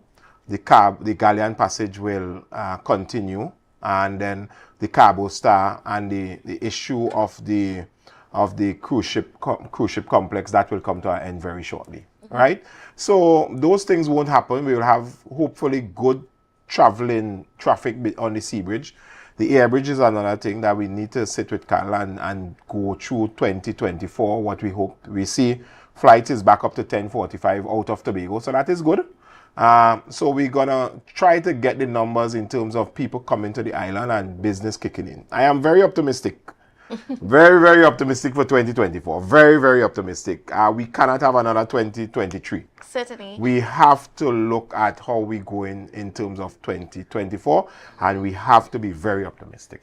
Now, when we look at just like focusing on Christmas for now, what has it been like in the past, and about like what's the trends that we normally see around Christmas times and so on, so that we can just get a better understanding of, you know, what's the state of things within the economy at this point in time?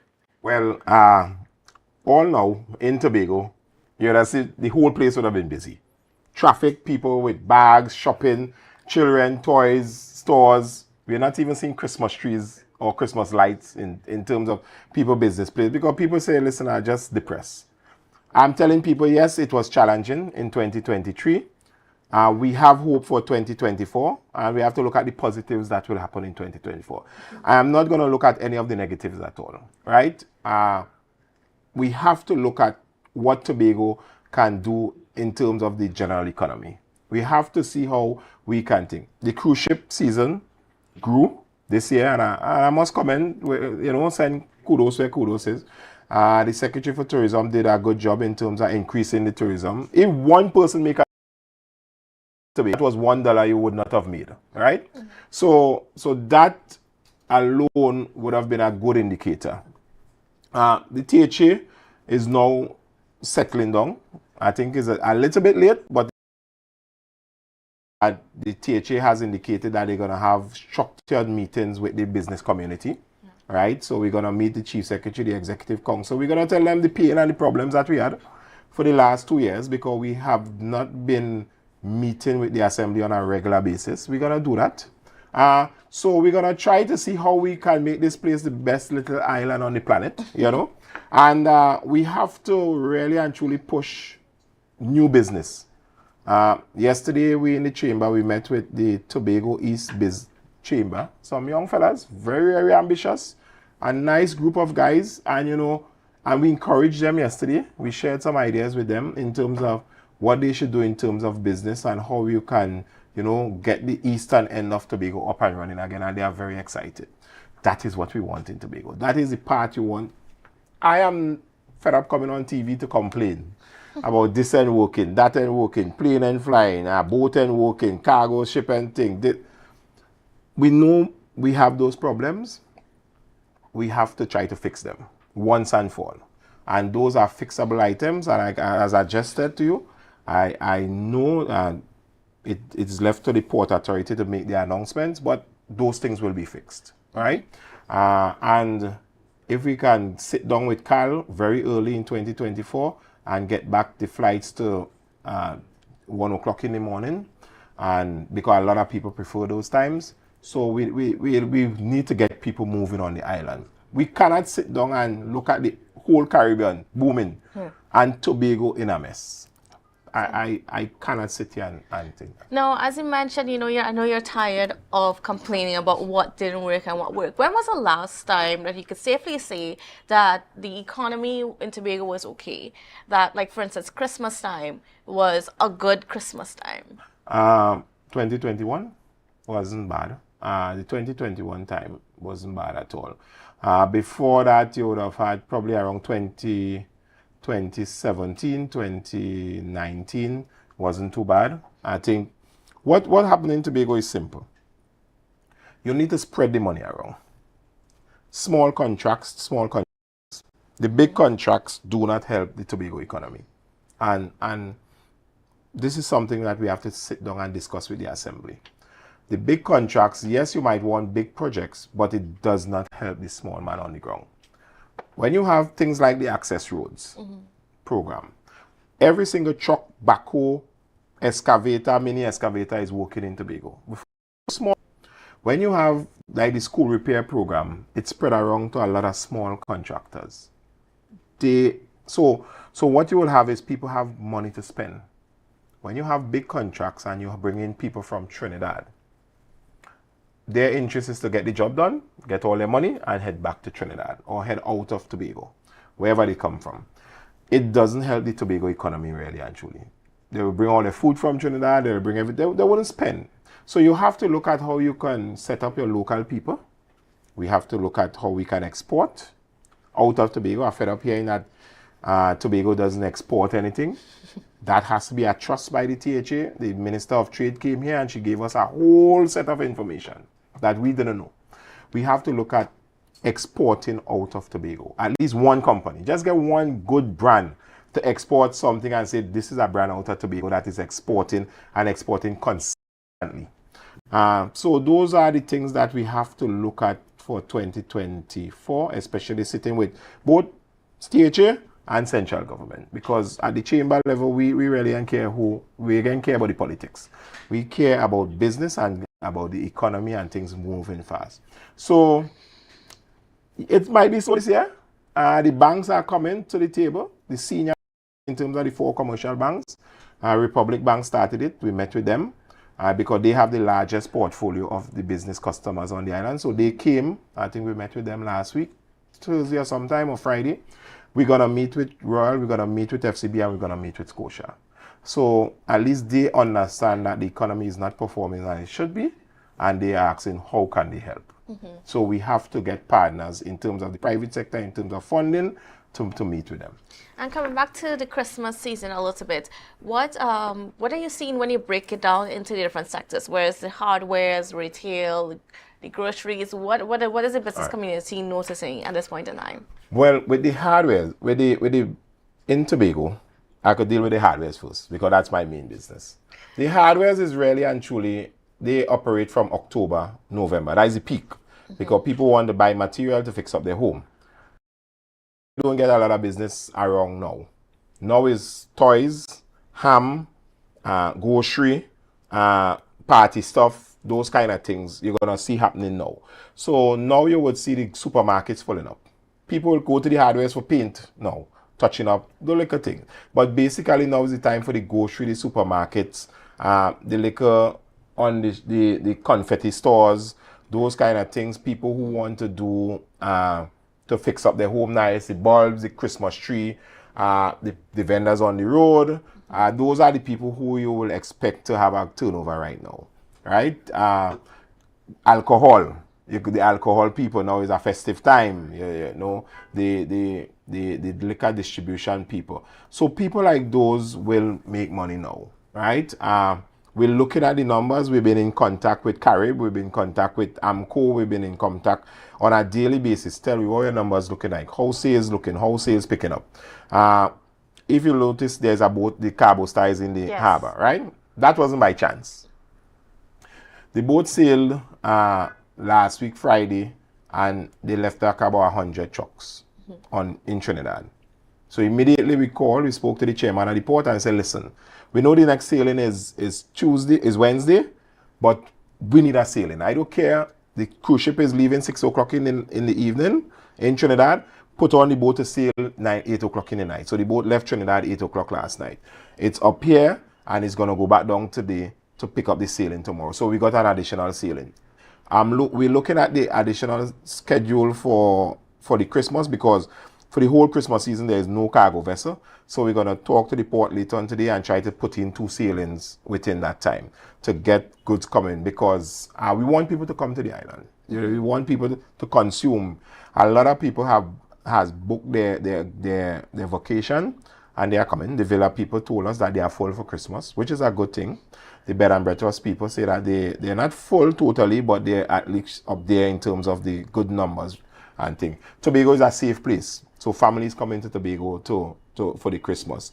So we're going to push that and we're going to make sure that they have food, they have water, they have alcohol, especially alcohol, ham, all these things. We're going to make sure that it's on the island so nobody can say that they run out of anything. And I think everybody's on board.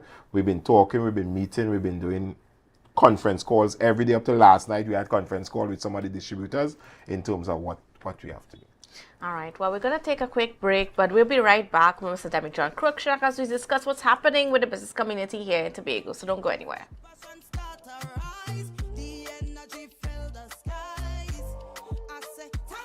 Rotisserie, mouth-watering fries, salads, combos, and specials galore. Feeling for something to eat? Come and see. Our rotisserie is seasoned to the T. Kicking chicken, masala, and jerk roast. Crispy fries made from scratch. Who do you know can beat that? Or salads freshly cut and packed. When you taste it, you'll be wanting to come back. So come check us out on number 2 Robinson Street, Uptown Scarborough, Tobago. We open on Saturday nights from 7:30 to 11:30 p.m. Monday to Thursday, we're open from 10 a.m. to 9:30 p.m. and on Friday, 10 a.m. to 4:30 p.m. Contact us at 772-7443 and all social media handles at The Rotisserie Factory.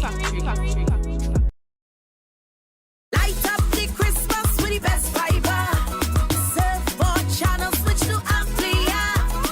Thousands in prizes, plenty smart TVs. 1 year free service and free groceries. We suffering with Amplia. We winning with Amplia. We been drinking with Amplia. We winning with Amplia. Sign up now for 50% off plus a chance to win over $100,000 in prizes. Call 800-4663. At JK Tech, we bring technology to your doorstep. From cutting-edge laptops to reliable printers, we've got it all. Nationwide delivery and a new website for easy online ordering. JK Tech is your one-stop shop for your electronics and computer needs. Carrying top brands such as Acer, Samsung, HP, and much more. Follow us on Facebook and Instagram at JKTechTT or visit jktechtt.com. Quality tech is just a click away. JK Tech.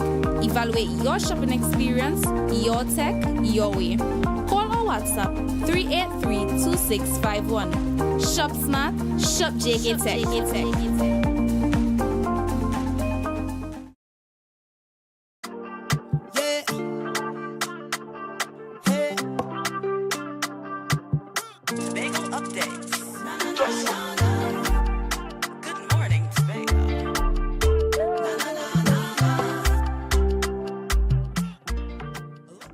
Welcome back to Good Morning Tobago on Tobago Updates. Viewers, we are chatting this morning with the Vice Chairman of the Tobago Division of the Tobago Chamber of the Industry and Commerce, and that is Mr. Demi John Cruikshank.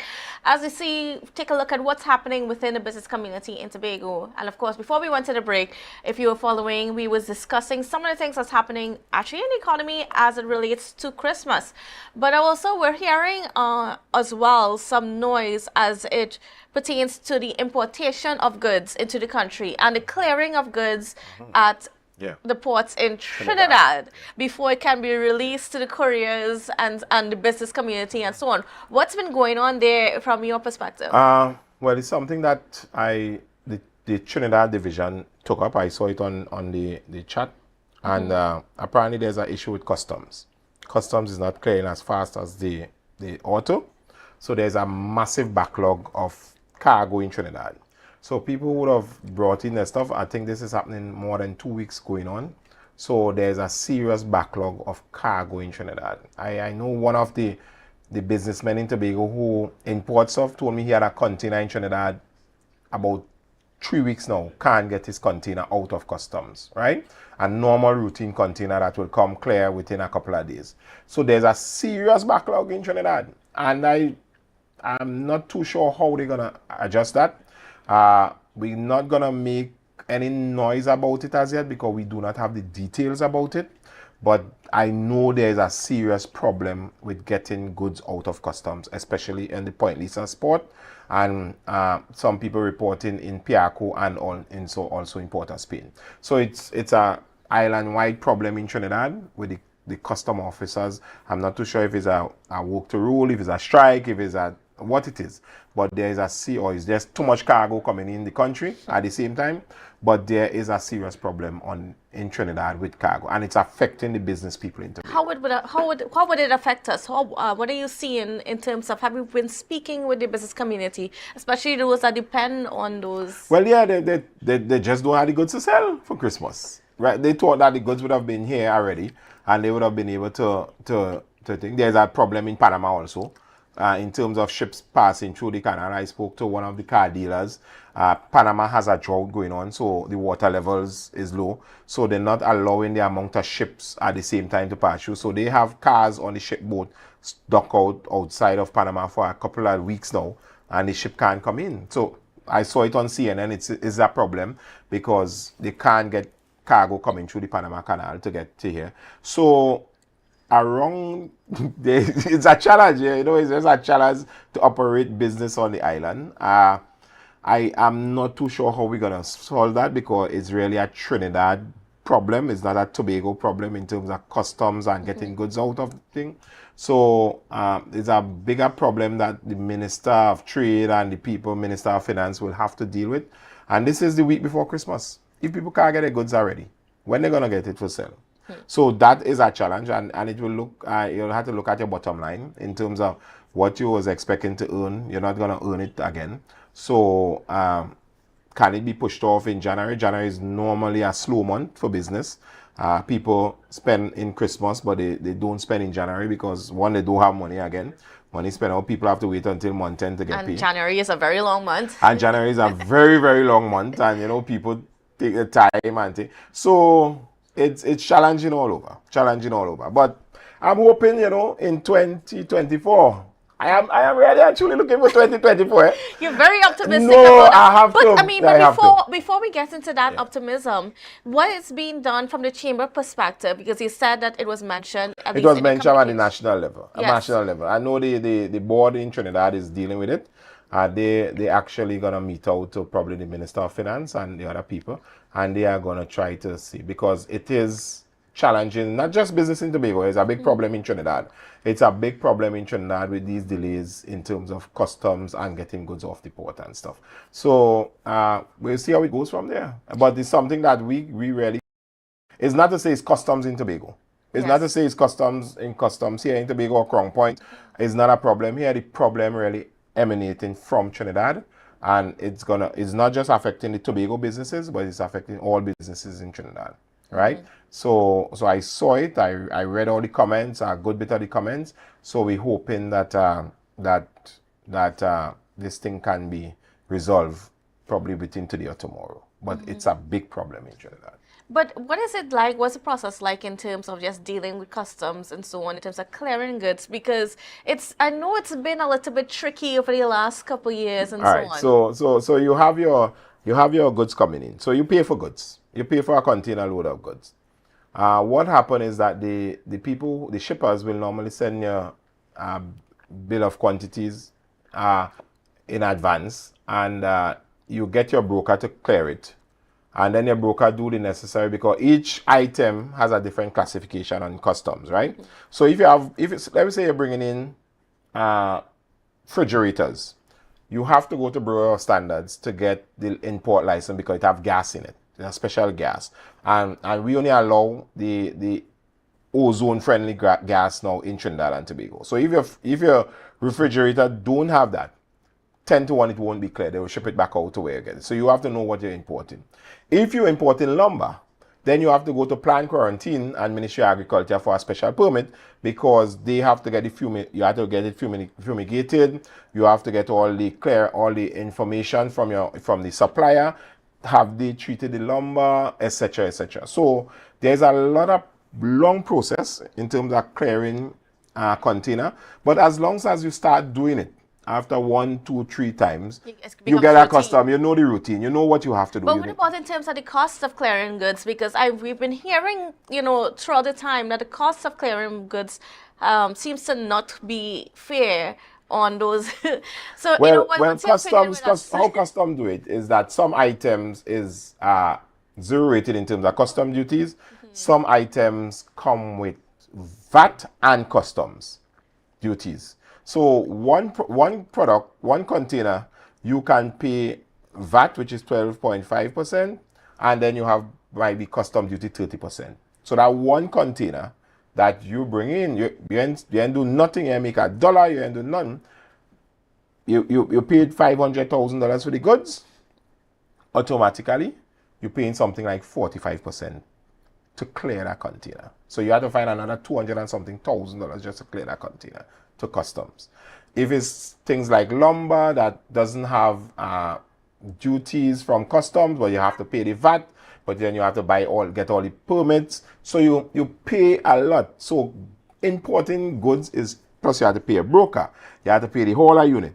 The hauler unit that going to the Point Lisa's port, if you don't have a permit there, you have to get a hauler unit that has permit to go into the port, because there are special permits to get inside there. When that hauler unit bring it outside, then you have to get another hauler unit to take it up from there to bring it to Tobago, overnight it, credit back down, demurrage fees if you pass 5 days, if you can't. So it's challenging. But as long as you are aware, because let me see, you have a container coming. It came in this weekend coming. You got to clear it Friday. You didn't catch a boat. The cargo vessel is not sailing for the whole week next week. You only have 4 days with that container. After the 4 days, you start to pay demurrage. So immediately 1 week pass. By the time you get that to Tobago, try to unstuff it, get it back down to Trinidad, a week and a half, 2 weeks gone.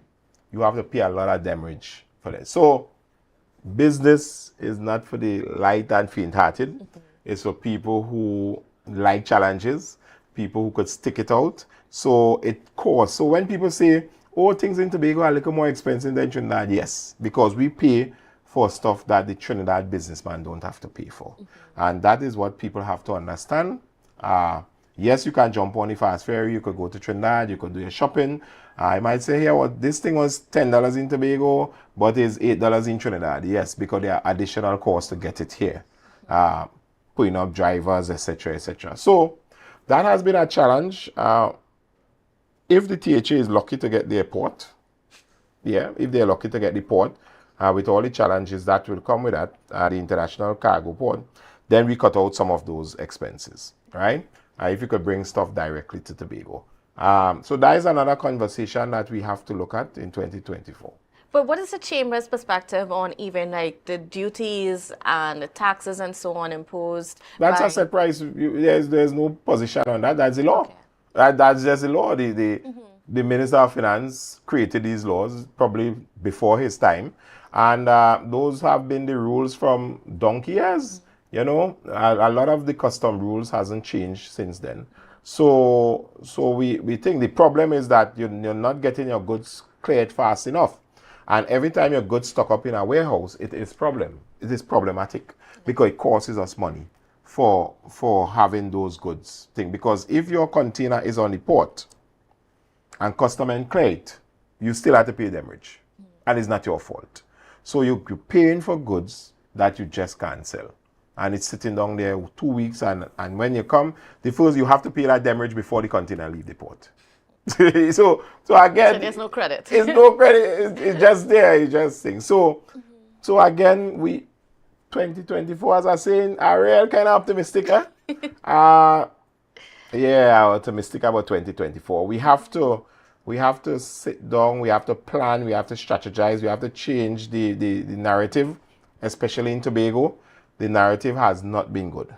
It has not been good, and it has not helped nobody for the last couple of years, in terms of the last 2 years, right? We have to change how we strategize, how we deal with Trinidad, how we deal with central government. It has to change. In terms of if we want stuff, we have to be smarter than more aggressive, right? So as according to our old man up to yesterday, you know, you could catch fly with honey instead of vinegar. Yes. You have to use the strategies in terms of how you're going to get things out of Trinidad, right? We want more from Trinidad, but we can't fight with Trinidad and expect them to give us more, right? So the business community don't like the fight. It's not healthy in an environment like that, because when we go out of Trinidad and Tobago, the first thing, let's always quarreling, always fighting for something. It doesn't sound good. So we want to change the narrative. If you look at what this executive has been doing for the last year in office, the narrative has changed in terms of how we present ourselves, how we think we're meeting with people, we're inviting people to Tobago, we're inviting especially the ministers. We're not going to wait on the THA to invite the ministers. We are the chamber. We are inviting, I think the next minister we would like to get into Tobago is the Minister of Tourism, because it's a tourism island. We haven't spoken to the man about tourism. We don't know what his policy is. When was the last time that he was I in don't Tobago? think he has ever been to Tobago officially. In terms of the only time I know officially when the Minister of Tourism been to Tobago is to open Comfort Suite. But basically, I have not seen anything where he met the Secretary for Tourism officially. He met anybody. So we're going to invite him to Tobago. We're going to invite the THA to the table. We're going to say, come, let us find out what. Because if primarily outside of the THA, tourism supposed to be our next revenue, and we're not talking to nobody in tourism in Trinidad. You know, one of my biggest pet peeves with especially the tourism agency, and when we meet with them, I will never let them know. Look at it. Everybody else advertises, Grenada advertises in Trinidad, St. Lucia, Barbados. And you look at it, anytime St. Lucia advertise, Grenada advertise the next advertisement, and they aggressively advertise it because the market is Trinidad. Have you ever seen a Tobago ad saying come to Tobago? Are we right next door? You haven't seen, we have not capitalized on the local domestic market. Yes, we have challenges to get to Tobago. We know that. Let people want to come to Tobago. So we are not seeing the advertisement from the tourism agency, and it's not going to cost you a pound and crown. A simple advertisement saying, come to Tobago. Come to Tobago for Christmas. Get ready for Easter. Let people know Easter is coming up. Get ready for jazz. We should, and prepare for the summer holidays. And after summer, we're going straight into Carnival. You should have advertisements rolling out on TV. So people in their mind saying, you see me, I'm not going to St. Lucia again. I'm coming to this place called Tobago. Because Tobago have better than what St. Lucia and these places have. So that's how we're going to stimulate the local market. We may not have the international tourists come in numbers that we want, but surely the domestic people is willing to come to Tobago. All right, and with that, we're going to take a quick break, and we'll be right back. So please don't go anywhere as we continue our chat this morning with Mr. Demi-John Cruikshank. Tobago updates. Good morning, Tobago.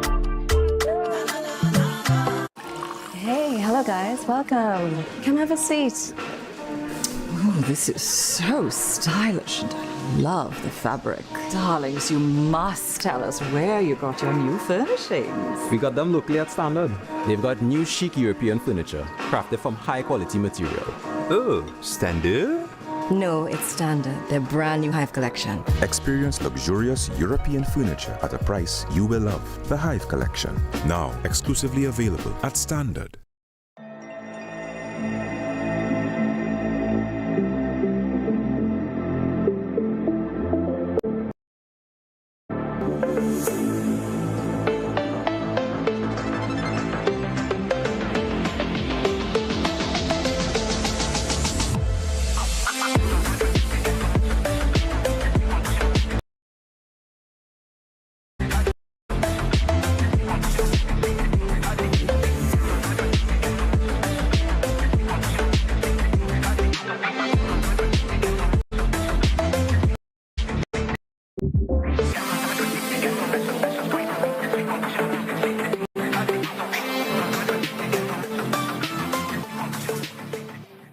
Tobago Glass Supplies has been a leading name for over 37 years in the glass and aluminum market in Tobago. We provide an extensive range of high-quality, innovative aluminum and glass products for commercial and residential use. Competitive prices with superior and professional services by committed employees who are guided by rigid quality standards. Tobago Glass Supplies specializes in the manufacture and installation of glass and aluminum products that are essential to today's homeowners and the business environment. We are engaged in marketing, sales, and installation of a variety of products. These ranges from windows and doors to necessities such as mirrors for homes and vehicles, designed and manufactured in-house or imported.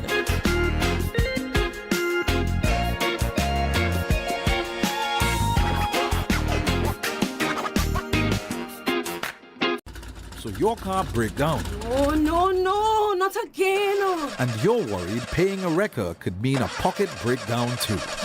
But when you're insured with Tatil, no stress. Yes! A Tatil motor policy has lots of benefits that protect your pocket, like free roadside assistance. That's free 24/7 every time, as many times as you need. Tatil, where people are people. A member of the Ansa McCall Group. It's a different type of thing down there. And we party till we drop down there. With a lot of pretty girls down there. Down in Tobago. The division.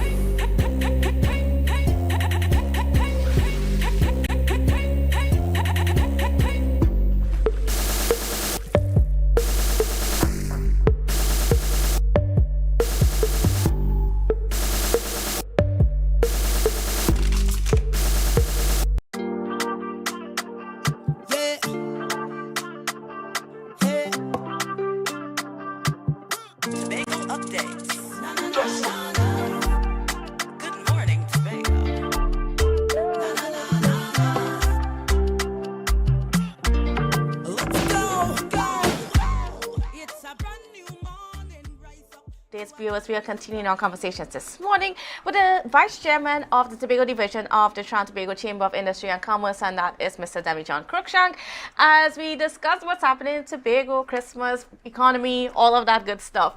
So before we went to the break, we were talking about just, hoping now we could get some of the government ministers to come up in Tobago. We already had some. The Chamber invited the Minister of Transport. They invited the Minister of Trade and Industry, Ms. Gopi Schoon. And, what came out of those meetings? What do you see, has there been any action coming out of those meetings that would benefit the people in Tobago? Yes. I just needed my Christmas hat. My Christmas mode is now kicking in. I'm ready to party and thing. Minister of Works and Transportation. Mm-hmm. What came out of the meeting is, one, all the vessels, the fast ferries, will be repaired and will be ready for 2024. Including the Spirit, the TNT Spirit. Including the Spirit. But I'll leave the port to announce there, and I'll get it around. The Spirit will be in operations very soon, right? I can say that. The Cabo Star, the hiccup, let me tell you what the hiccup. Let me tell Tobago what the hiccup with the Cabo Star was. After the meeting with the minister gave the instructions to make sure the Cabo Star returned to the GSS building in Trinidad. That is the where you go and board the fast ferries, right? Immediately the port had dredged the channel in Port of Spain. Right. They removed the wreck. There was a wreck in the passageway. They removed that.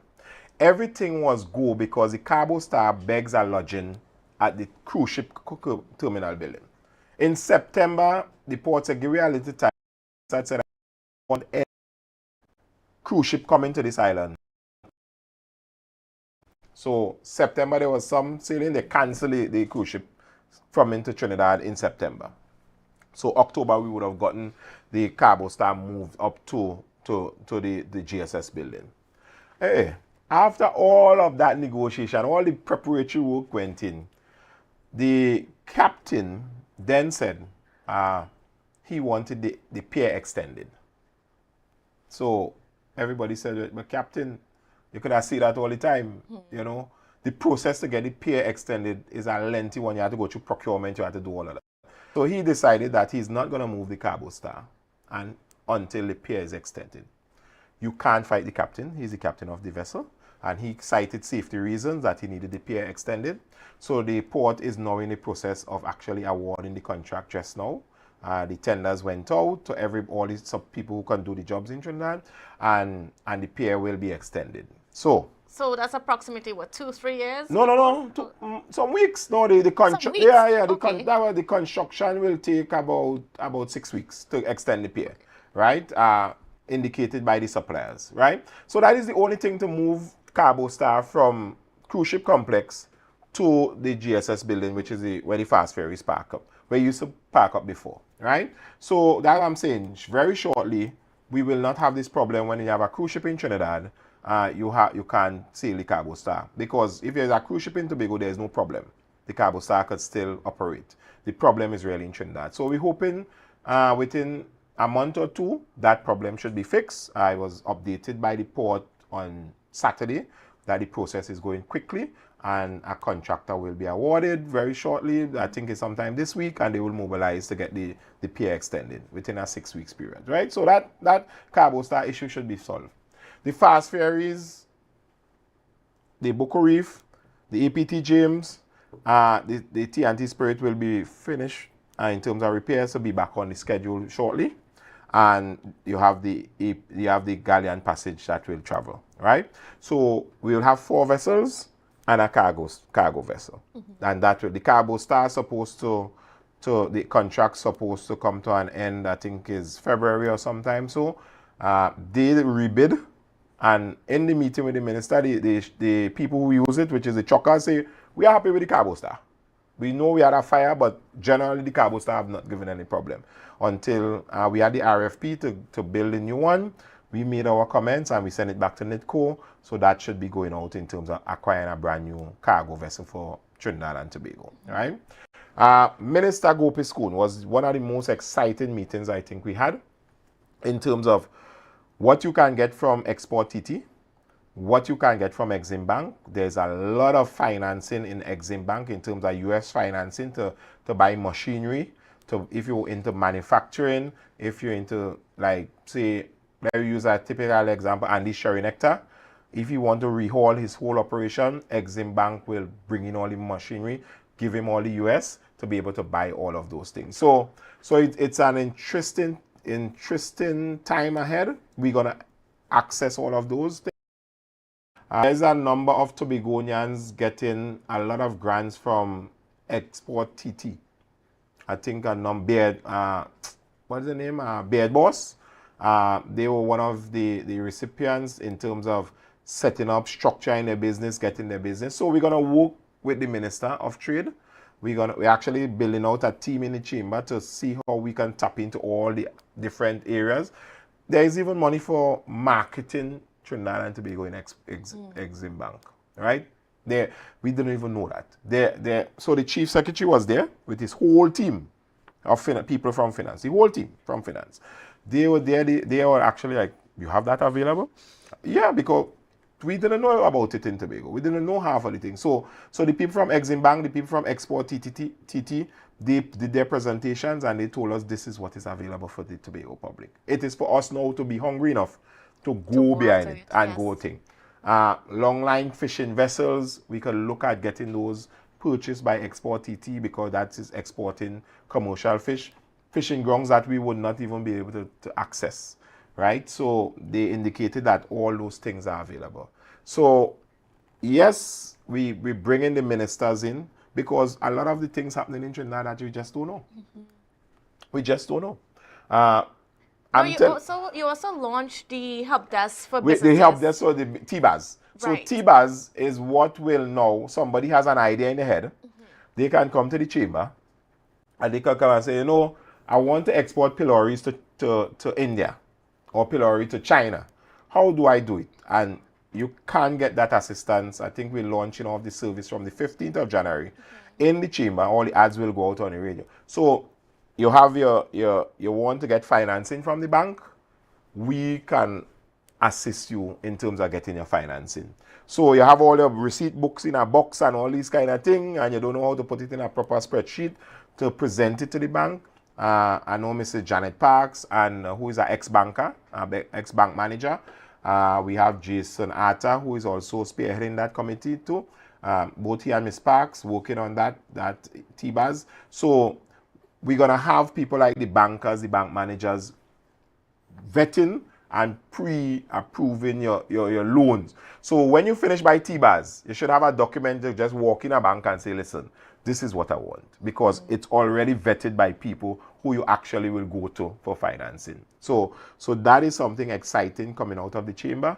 and we're going to work in terms of, we're working with BDU, working with venture capital, working with the credit unions and the commercial banks. Those are the main people who we're going to be working with in terms of. So when you see a stamp from TBAS going to a financial institution, you must know that that has been pre-approved or pre-vetted. So when you go there, shouldn't be a problem. So people with a little mom and pop things, time for us to get out of that. Time for us to grow the business to the next level. So a lot of people have sole trader business. Ramp it up to limited liability.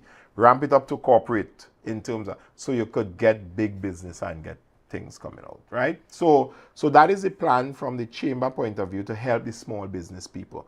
We bring in the ministers, all the ministers, we will invite them. The next stop is the Minister of Tourism. What if he doesn't show? No, he can't say that. He would not say that. The chamber, now, a minister might not come to Tobago because the environment of the Tobago House of Assembly is a little antagonistic with the central government. That has nothing to do with the chamber. I don't care about that. What we care about is what services. You are the Minister of Tourism, Trinidad and Tobago. And the minister has indicated in the meeting that the chamber right and the ministers will come, right? Because it's precedent in Trinidad. When the chamber in Trinidad invite a minister, we not come and talk business. We politics, we come in to talk business. So you might have some reservation where the THA is concerned, but there's no reservation. It's all love. It's all good by the chamber. So you come in. We will be writing him. I'm telling you publicly. We will be writing him. We're going to be setting up a meeting. We want a meeting before Carnival. And we're going to, because when the chamber starts up, everybody taking their kids out to holidays and that kind of stuff. We will write him as soon as the year is turned around. We want to find out what are the challenges. Some developers, like the developer in Roxborough, one of them reached out to me. They said some of the laws is not supporting what they are doing. So they will come and tell us what their problem. We will represent them. So we going, that is the next step. That is the next step we're going, unless something major happens, but we are taking step by step in terms of who minister we want to come to the table. All right, the ultimate is obviously the Minister of Finance. We want to bring him to Tobago after to discuss a couple of things. The airport is under the Minister of Finance. That's a big ticket item. We want to have him in Tobago. He always, whenever he see me, whenever the chamber ready for me, I will come. So we're gonna let them, their words mean something, right? We're gonna meet with the Minister of Tobago Development and also the Minister of Sport, Chamfa. We're having a meeting with them to discuss where the island could go, right? So we're not gonna leave out anybody. We're gonna bring everybody to the table. The Minister of Trade was an exciting one. The issue of the quarry came up. And we could have solved the problem in the room. The Chief Secretary was there. The Chairman of SPEL was there. The Minister said, listen, I am the one who grants the license, and these are the things that we have to do to get the license granted. The Chairman said, thank you, Madam Minister. We're going to provide you with all the things. We're going to get the people to come to the quarry. We're going to think. She said, you have material there that we won't need in Trinidad, so we will give you an export license to export it. She said that, she made that commitment publicly. So we're going to hold the minister to their word. We're going to hold them because we want business. Because if SPEL is able to export, the truckers going to get work. Yes. The gas station going to get work. The mechanics going to get work. The lorrymen going to get work. The roti shop going to get work. The supermarket going to get business. It's a triple effect. Just being able to export, Just for the fellas to come in at night because alcohol shop go sell when they finish driving, and I hope it's when they finish driving, they go sit down and take a drink. That is what you want. You want the place to be busy. And that is the environment that we are going into in 2024. All right? Certainly quite a lot of optimism coming from you. Now, of course, the last few minutes that we have here, I want to spend some time in just speaking about just the relationship with the THA at this point in time, and just your view over the past year before we get into next year. That is so interesting. The THA has done some good in the last 2 years, and the THA has made a lot of mistakes also in the last 2 years. But the mistakes can't continue, right? The good thing is that we have a very good working and very good relationship with the Chief Secretary. Very, very good. The Chief Secretary actually said to us, he wants quarterly meetings with the Chamber. Set quarterly meetings. I could tell you now, we're meeting the Chief Secretary on the 4th of January. The 4 months from that, we're going to meet the Chief Secretary on the 4th of whenever that is, or May or whenever that is. The next meeting going to be the 4th of what? Probably July, Independence Day in America. So he said, listen, I'm putting in my diary, these are the days I want to meet with the Chamber. Let us discuss. So what we're having now is that we are having an avenue to sit down with the Chief Secretary and the Executive Council members and say, listen, we've been observing what you have been doing. This is good. This is not good in our recommendation. It's for them to take it, I can tell you. The THA have done good in terms of the eye surgery thing, in terms of Ministry of Health. And I commend the Secretary for Health. She did an excellent job, right? The Secretary for Housing, remember when they gave out that $7 million in terms of backlog for people? They did a good job with that. The Secretary for Tourism, in terms of the cruise ship arrivals, they have really and truly gone beyond, and from her projection, they want to get more cruise ship next year. Good job. They have fallen a lot in things that should have been done. The Secretary for Education, school repairs, although the first one, when she came in, it took long for people to pay.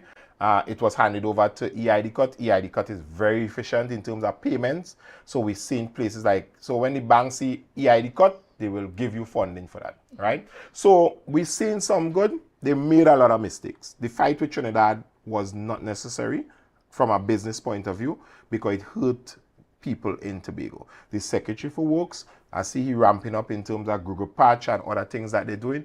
You have to keep people active on the island because we have loans and we have commitments to pay.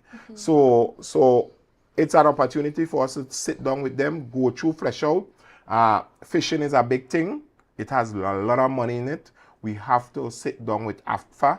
We have to sit down with the Secretary for Agriculture, TATCO, and see how we can get probably a couple more boats like Capital of Paradise here to fish between here and Africa. You realize there's a big Africa liking to Tobago now, and if you don't know, there's a whole thing. The Chamber, the National Chamber is having a trade show from the 10th of March to the 7th of March at Ghana, right? A lot of members, about 10 members from the Tobago division already booked to go that, right? So we are now going out to see what markets. We have to start to export. Ghana is a big market in Africa. They have a lot of money. We want to bring back most of that money here and start to develop Tobago. So we're not going to wait on the THA. We don't want to wait on anybody. We are going as a private sector and look for the opportunities and bring it back here to Tobago. And that is the plan for 2024. Now, you spoke a lot of optimism about just the business community, but anything optimistic with the next 2 years of this current THA administration? If the current THA want to get anything done, they have to change how their approach is. It's a reality. You can't do the same thing and expect the same results to be different. They have to sit down. The Chief Secretary at some point in time will have to invite the Prime Minister and the Cabinet of Trinidad and Tobago to a roundtable discussion to say, listen, this is where we want to go to carry Tobago forward. However, the politics, leave the politics for election time. The management of the island is one that you think. I could tell you, if I was sitting in the Executive Council, we, the Tobago House of Assembly, paid off. Never. Never, never, never. I would have gone to the Prime Minister and said, listen, you're building an airport. We need a road. Let Trinidad pay for it. And the THA will supervise it. I would not have taken $64 million out of Tobago's money to pay for that road. I would not. I would have taken that money and do a lot of other programs, right? So you have to actually operate smarter instead of how you go about.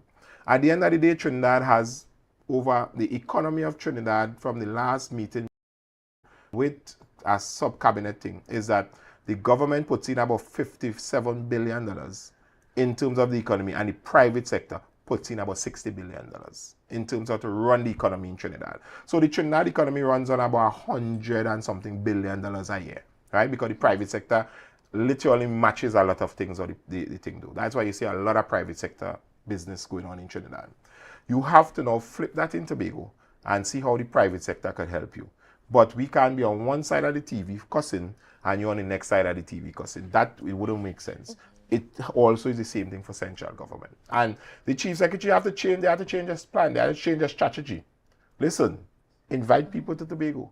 Let people feel warm and welcome. The minister was happy to come to Tobago. The Minister of Trade was happy to come to, and she gave us set of information that the chamber and the Tobago House of Assembly did not know. So you have to really change how you manage, how you think. The tone have to be, we could cuss in a room.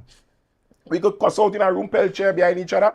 But when you come out, you have to change the narrative, because the investors, in terms of the bankers, they are looking on and they're saying, wow, I think I want to head to Tobago right now because Tobago too aggressive. And so you have to change how you want to, because at the end of the day, a lot of approvals come from Trinidad. And that is how you have to fight this fight. All right, well, so we are just about out of time this morning, but you gave us quite a mouthful.